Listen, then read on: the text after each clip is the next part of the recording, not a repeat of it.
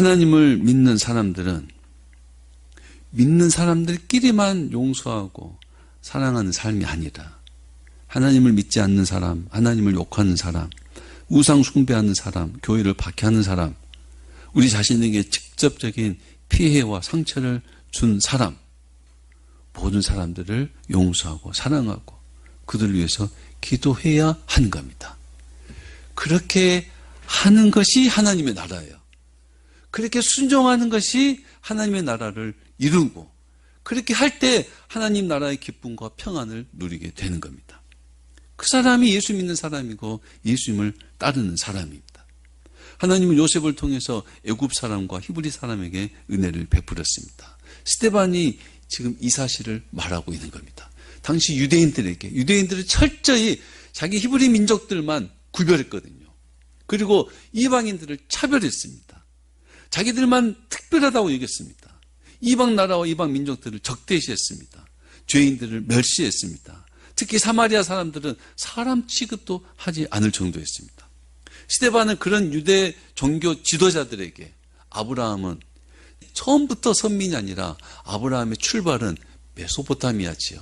이방 민족이었다. 그 속에서 아브라함이 구원을 받았다. 이걸 이야기하고 하나님은 요셉을 통해서 히브리 민족뿐만 아니라 애굽 사람들에게도 은혜를 베풀었다. 역사적 사실, 성경에 기록된 하나님의 말씀을 증거를 한 것입니다.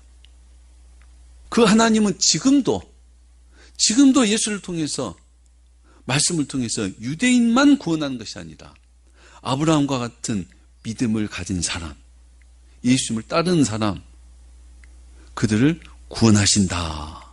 하나님은 이방인도 구원하기를 원하신다 하는 이 복음을 이스라엘 역사, 모세 오경에 나타난 사실을 통해서 지금 설교하고 있는 겁니다.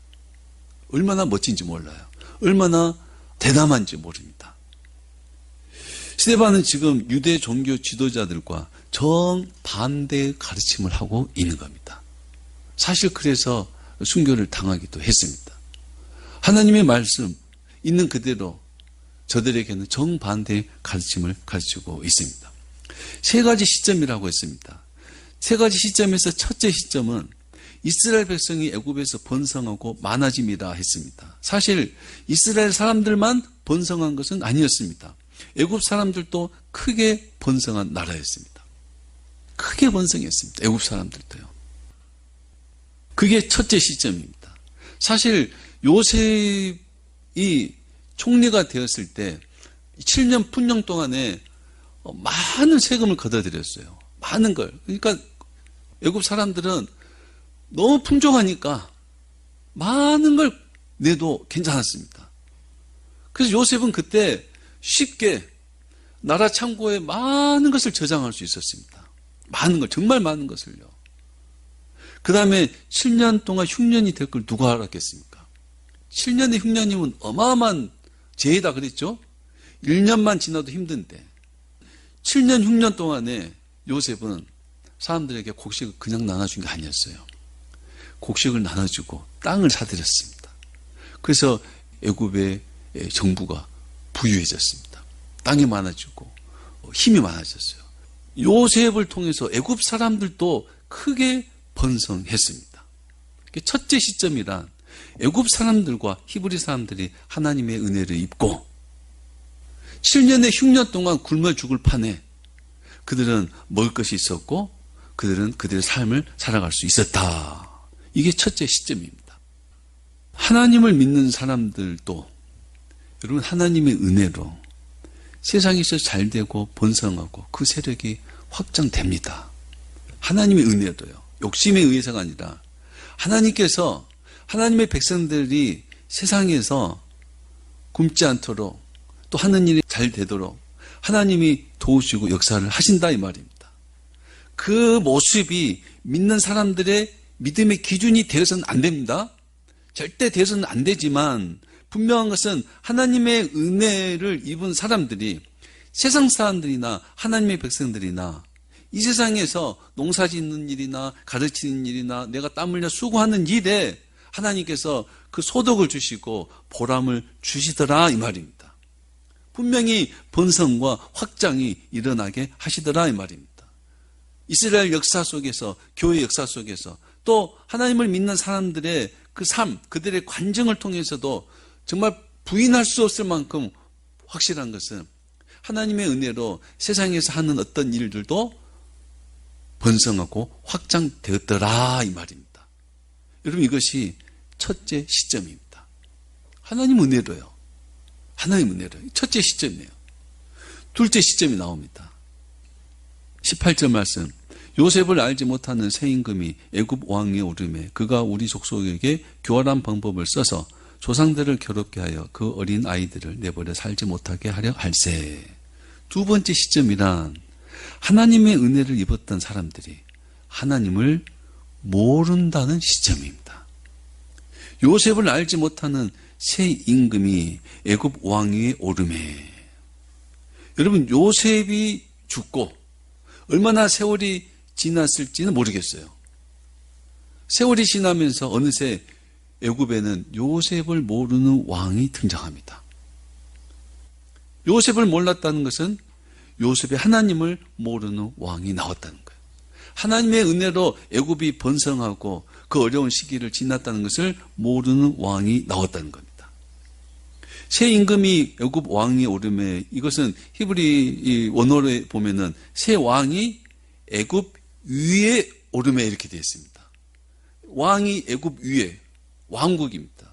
왕이 다스리는 애굽, 그 애굽이라는 나라 위에 그 왕이 다스릴 때 그가 우리 족속에게 교활한 방법을 써서 조상들을 괴롭게 하고 심지어 어린아이들까지 죽이게 하였다 그랬습니다. 하나님을 모르는 왕이 등장하자 히브리인의 번성과 많아짐을 보고 히브리인들을 견제하고 번성을 저지하는 정책을 편 것입니다. 그래서 히브리인들이 많아지지 못하도록 아이들을 죽이기까지 했습니다. 여러분, 히브리인들 뿐만 아니라 하나님께서 창조하신 이 세상, 세상의 그 많은 사람들이 애굽 사람들까지 하나님의 은혜로 부흥하고 번창했는데 세월 속에서 하나님의 은혜를 잊어버렸다는 겁니다. 하나님을 모르게 되었다는 겁니다. 이것이 두 번째 시점입니다. 두 번째 시점이요. 하나님께서 세상을 창조하시고 인류는 하나님께 제사를 드렸습니다. 하나님을 섬겼습니다. 그 증거가 가인과 아벨의 제사입니다. 가인과 아벨의 제사예요. 가인은 악한 사람이고 아벨은 선한 사람입니다. 가인이 악한 사람이었든지 아벨이 선한 사람이었든지 인류는 하나님께 제사를 드렸습니다. 하나님을 섬겼습니다. 그런데 세월이 흘러가면서 사람들은 점점 하나님을 잊어버립니다. 하나님을 모르게 됩니다. 그래서 창세기 6장 1절에 노아 홍수 때 이렇게까지 됐습니다. 사람이 땅 위에 번성하기 시작할 때 그들에게 쓸 딸들이 나니 하나님의 아들들이 사람의 딸들의 아름다움을 보고 자기들이 좋아하는 모든 여자를 아내로 삼는지라. 여호와께서 이르시되 나의 영이 영원히 사람과 함께하지 아니하리니 이는 그들이 육신이 됨이라. 인간은 하나님의 영으로 영적 존재로 지음을 받았는데 그 인간이 점점 죄를 짓고 하나님을 멀어지게 되고 하나님의 은혜 속에서도 하나님을 깨닫지 못하고 점점 그 영이 떠나고 육체가 되었다는 겁니다. 하나님의 영으로 생각하지 못하고 하나님의 뜻을 깨닫지 못하고 육체를 위해서만 사는 존재가 되었다는 거예요. 육체의 감정을 위해서만, 육체의 배부름만, 세상 것을 위해서만 사는 존재가 되었다. 그 시점이 두 번째 시점입니다. 하나님께서 노아를 통해서 경고를 하셨지만 그 하나님의 경고도 무시하고 심판을 받을 정도로 그들은 하나님을 떠나 있었고 하나님의 말씀을 아예 듣지도 않았습니다.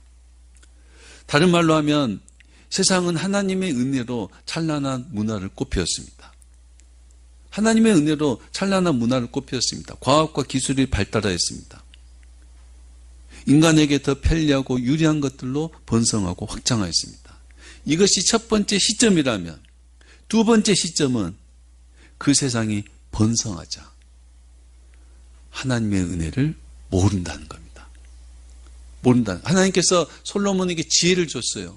하나님을 구할 때 하나님이 솔로몬에게 지혜를 주는 것이 첫 번째 시점입니다. 두 번째 시점은 그 지혜로 번성해지자 하나님을 점점 멀어져 갔다는 거예요.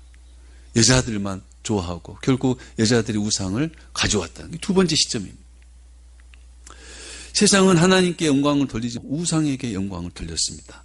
로마서 1장 20절 이하를 읽겠습니다. 창세로부터 그의 보이지 아니하는 곧 그의 영원하신 능력과 신성이 그가 만드신 만물에 분명히 보여 알려졌나니 그러므로 그들이 핑계하지 못할지니라. 하나님을 알되 하나님을 영화롭게도 아니하며 감사하지도 아니하고 오히려 그 생각이 허망하여지며 미련한 마음이 어두워졌나니 스스로 지혜 있다 하나 어리석게 되어 썩어지지 아니하는 하나님의 영광을 썩어질 사람과 새와 짐승과 기어다니는 동물 모양의 우상으로 바꿨느니라. 세상이 분명히 하나님의 은혜를 알았습니다. 하나님의 능력과 신성이 그 만드신 만물에 보여 알려졌습니다. 핑계할 수 없다 했습니다.